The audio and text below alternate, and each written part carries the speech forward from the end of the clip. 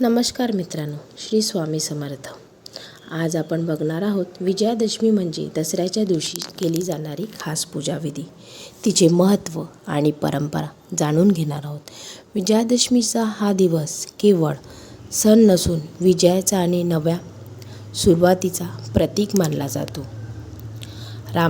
रामाने रावणावर मिळवलेला विजय, तसेच पांडवांनी अज्ञातवाद संपल्यानंतर शस्त्रपूजा केलेला दिवस म्हणजे विजयादशमी. हा दिवस नव्या कामाची सुरुवात करण्यासाठी, व्यवसाय, शिक्षण, प्रवास आणि खरेदीसाठी सर्वात शुभ मानला जातो.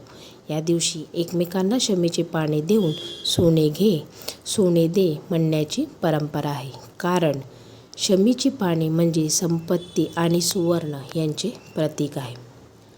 या दिवशीच्या पूजासाठी लागणारे साहित्य: गंध, अक्षदा, हळद, कुंकू, फुले, शमीची पाने, अगरबत्ती, दिवा, नैवेद्य, तसेच नाणे किंवा सोने असल्यास ते.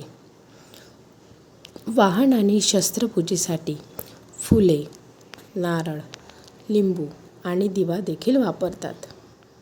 सकाळी स्नान करून स्वच्छ कपडे घालावेत. देव्हारात गणपती, लक्ष्मी, सरस्वती यांची पूजा करावी.